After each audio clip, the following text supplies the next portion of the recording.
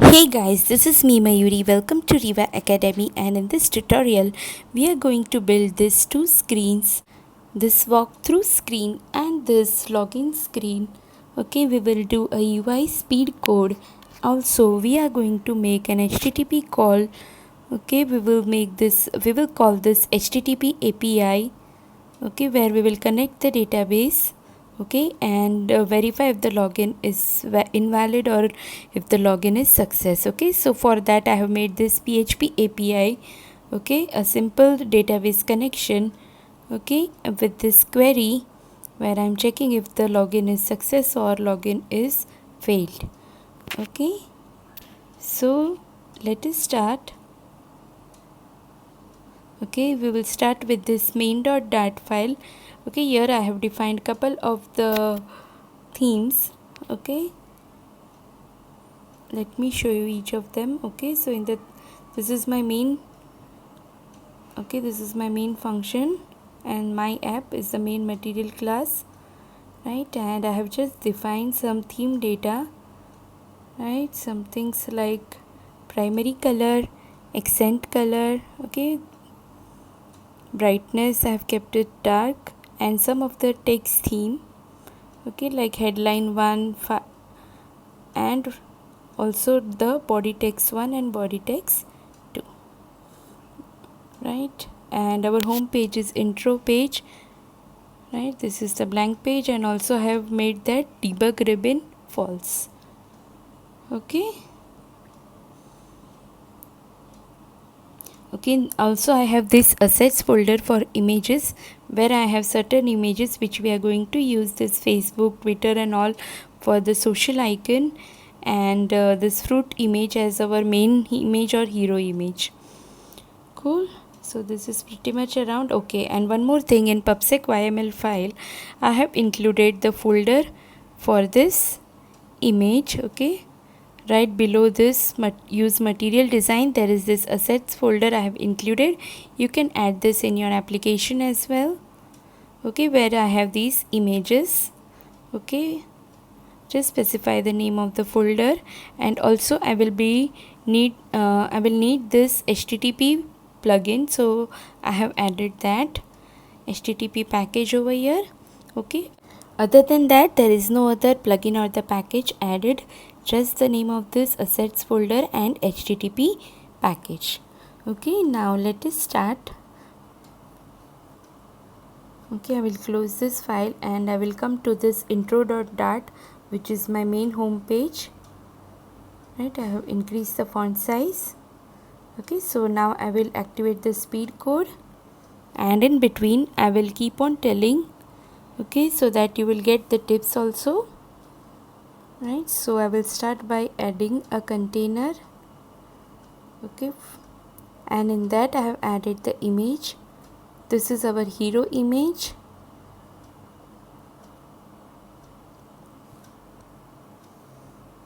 and within the media query, okay, I will add the width to this container. It is same as the screen of the device width, and height. Actually this height I have added, which I am adding over here, is not correct, but I will be correcting in few minutes. You can see that. Okay, this is actually I wanted to write 0.5 but 5.0. I will be correcting it in few minutes. You will see that.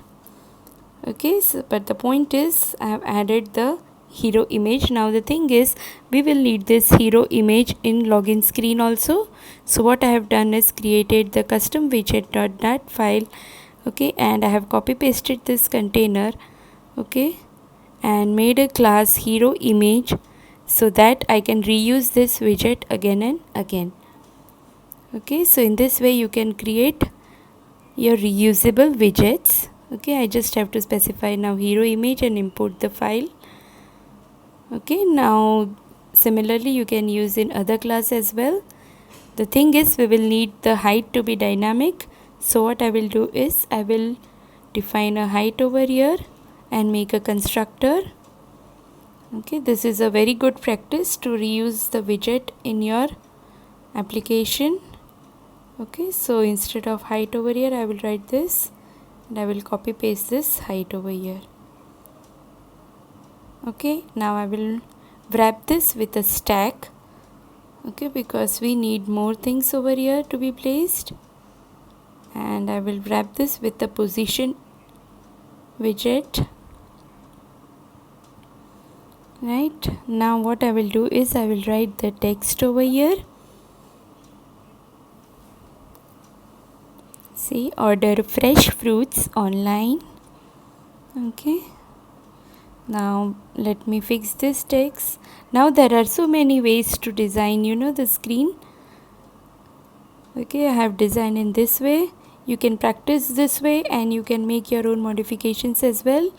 Now as I have mentioned, I have corrected the height, okay, as 0.7.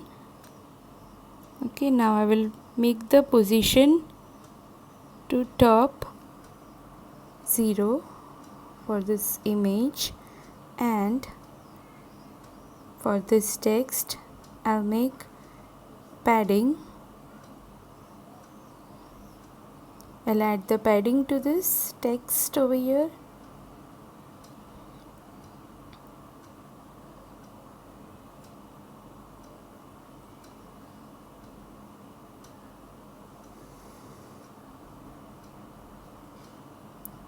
Now we will wrap this in a column. We need to put a button as well over here. Let me style this.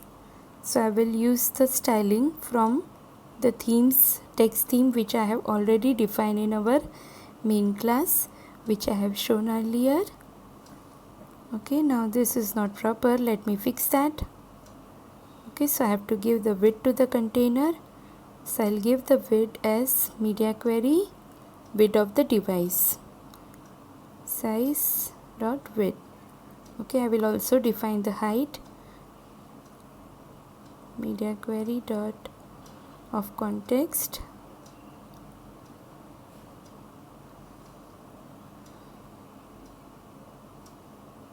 (0.3) multiplied by, so that is 0.7. I have given this 0.3.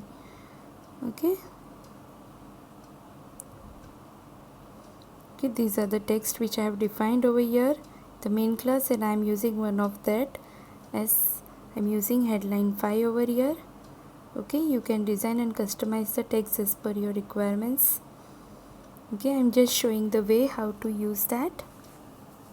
Okay, now I'll add a size box so that there could be a space between the button, and I will also add the material button over here. Child text,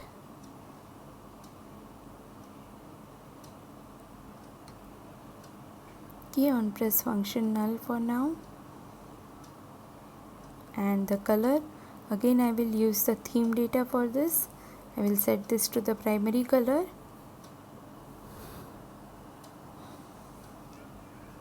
Okay, we can style the text and all as per our requirements.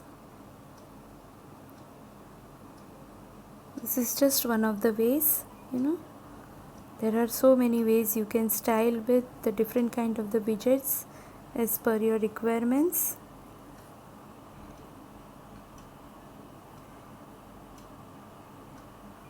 Okay, I will wrap this text in a row so that I can place a arrow over here. I'll fix this and bring it to the center.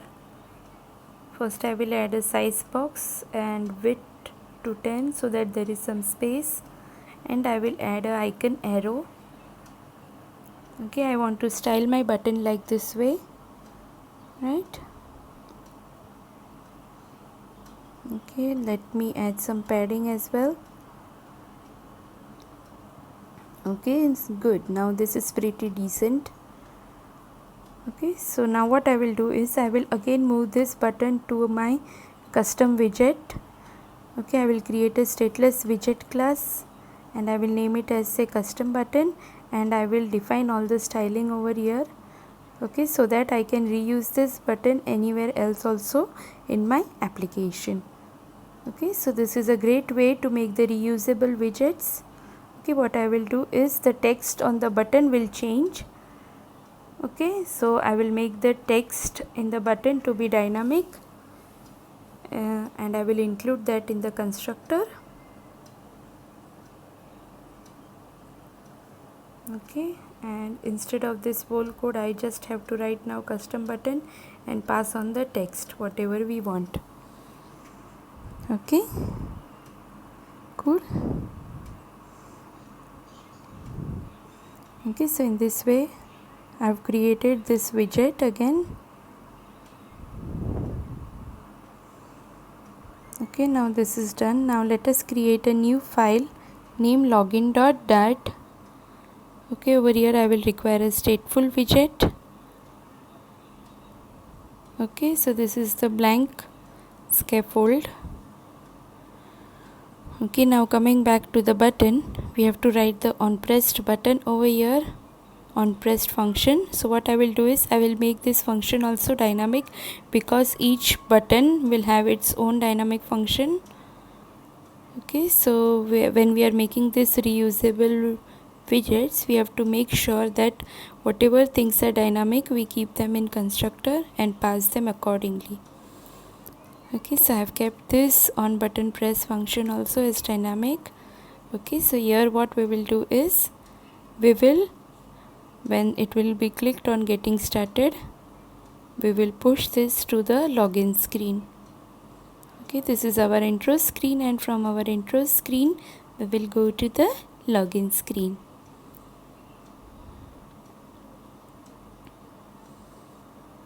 Okay, and right.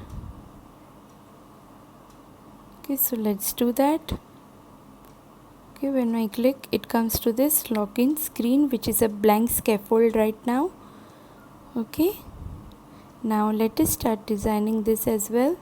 But before we start designing, we will need to define few of the variables. Like we will need a form key, because we are going to use the forms over here to put validations for email and all, right? And we will be needing two text controllers, okay, email controller, text editing controller, and also we will need a password controller. Okay, these controllers are essential to put the validation on the text field and also to get the text. Okay, I will also override this dispose method, so that when these controllers are not in use, they will be disposed. Okay, super.dispose. Cool. Now we will start with designing. Okay, I will add the app bar to this. Okay, let me show you that also. Now basically what happens is app bar is of the primary color. Okay, so what I will do is I will change the background color to transparent. Okay, by default Flutter takes the primary color as the background color for your app bar, right? And also I will also make the elevation as 0. Okay, so you can see this difference. Okay, now let us start by adding the body. Okay, I will add the column over here, and I will add the hero image again. Okay, so I don't have to write the whole code, right? I will just have to write hero image and the height, right? So this is the advantage of making the reusable widget. You can easily use in any of the other screens in your application. Okay, this is a very good practice. And in future, if you want to make a change, you just have to make a change in one place. Suppose you want to change the hero image, you have to just make a change in one place, and in all the places it will be reflected, right? So now we have added this expanded and the list view. Okay, I'm just adding some padding. Okay, and this padding child, I will add my form over here. Okay, the login form, the key we have already defined for this form. Okay, I have made a video for the forms individually describing everything. You can check that out. Okay, I will mention the link in my description box. Okay, so now I have added the column over here, and in this column I will add the text field.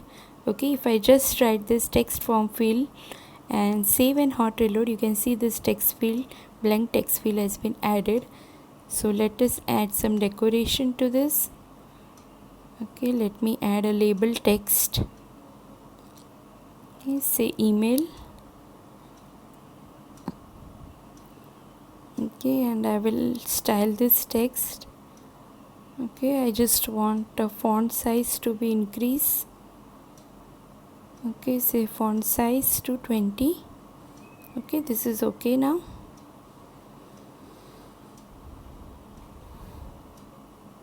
Okay, I will also assign the controller which we have defined, and I will use the validator function. Okay, I will check for the blank validator. Okay, that if it is empty, it should return back with a message. Okay, saying email cannot be empty. Okay, you can define your own custom validation over here as per your requirements. Okay, I will copy the same text field again for the password. Okay, and instead of email text I will write over here password. Okay, and one more thing we have to write for the password field. Okay, make this obscure text true so that the password will be appeared as the dots when you type, and we will change the controller. Okay, and also change the validation method. Okay, the string password cannot be empty. Okay, let me put a size box between the text field so there is some space. Okay, this is good. Okay, I will put the size box again over here. Right, I will include a small text over here saying if you are a new user, okay, then you need to sign up. Okay, so now I want a sign up button over here, so I have put this in a row. Okay, I'll fix this and bring it to the center, main axis alignment to the center. Okay, and beside the text I will put the flat button. Okay, and a child text saying sign up. Okay, we are not going to look at sign up right now, so I'll keep the on press function blank.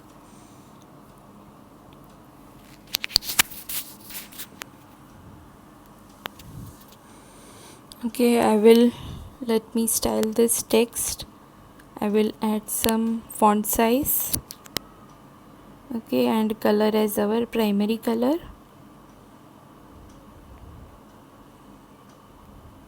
Okay, good. Now let me put a login button over here. I will again use this custom button, and I just have to write the on press function and the button text. Okay, and all my styling will be done because we are reusing the widget. Okay, so in this way all the buttons will look similar throughout our application. Okay, now I will make another class over here for social icons. Okay, so I have made a new stateless widget in custom widgets.dart. Okay, and I will take a string input as icon name. Okay, you can use any of the icons. Over here I am using the images. Okay, and this will return as image. Okay, I will define the width and height to this as 40/40. Okay, you can customize this as per your requirements. Okay, so what I will do is I will put a row over here because I want all the icons next to each other. Okay, so I will just call that widget and pass on the name of the image. Right, I will put a size box with a width so that there is a space beside some icon.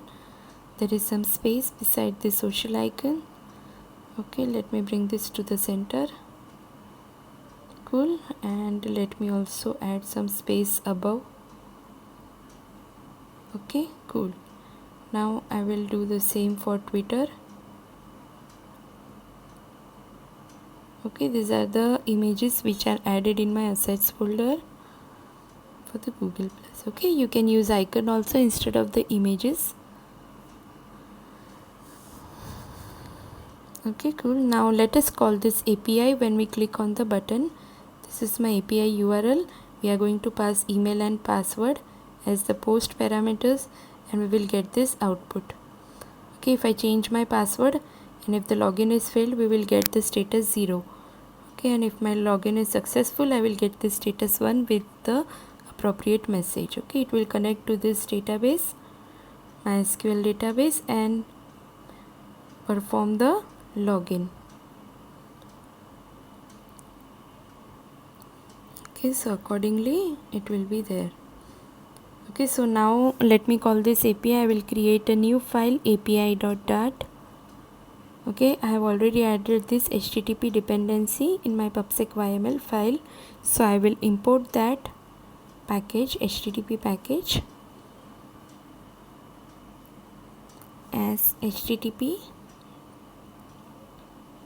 Okay, I will import the Dart converter package also, convert package.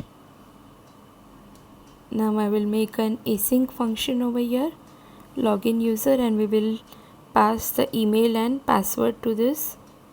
Okay, this will be async function. So URL. Okay, this is the URL to my API. Okay, this is my server URL which I have placed in the XAMPP server.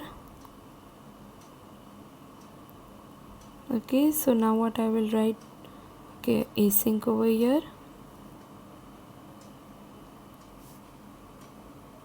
Okay, so I will write this final response http.post URL, and I will pass the headers except application JSON, and in the body we have to pass the post parameters. Over here they are email and password. Okay, okay, this is this email which we will be passed in the function. Okay, now we will get the output of this. Okay, converted data to JSON equals to JSON dot decode. We have to decode the JSON data. Okay, response dot body. In response dot body we will get the response. Okay, and we will return this data. Okay, so this is the way how we call the API using HTTP. Okay, now let us go to custom button on press function, this login button on press function, and call this API function which we have made. Okay, but before that let us do this form validate function. Okay, if email and password, remember we have put the validation for input if it is empty.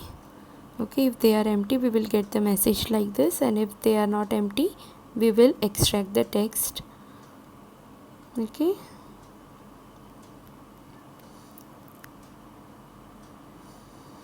okay, so we will extract the text which is written in the text field. Now we will need one string over here, message. Okay, this will display the message if the login is success or if the login is failure. Typically when the login is success there is no need to display the message.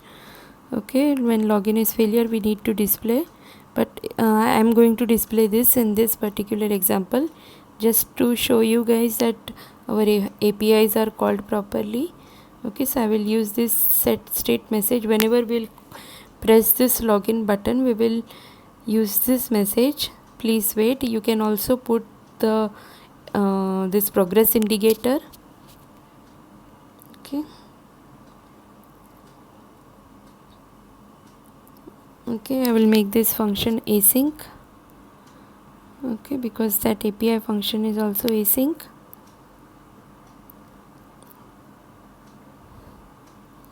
Now what we will do is we will decode our response. We will first get this response, call the function login user. Okay, and let me print this in the output.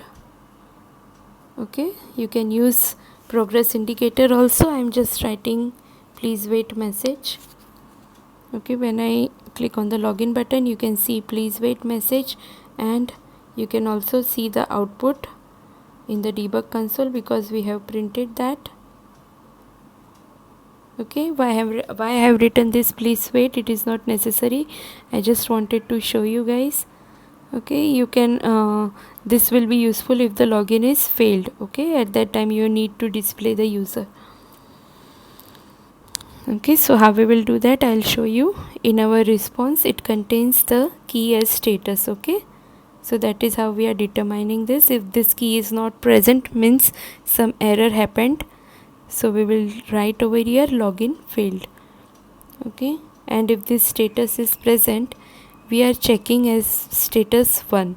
Okay, if the status is 1, then our login is success, else our login is failed. Okay, so that message we have already defined in our API. So what we will do is we will set that message, okay, in the set state function. Okay, and set this message over here in the message string. Okay, we will extract that message from the response. Okay, over here it is login success. Okay, typically login success is not necessary. When I change my password, you can see we got the message login failed.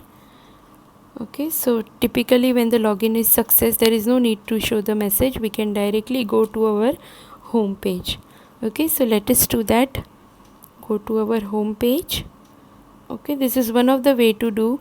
Once your login is success, you have called the API, you can use many other things like block patterns, store it in shared preference as per your project requirements.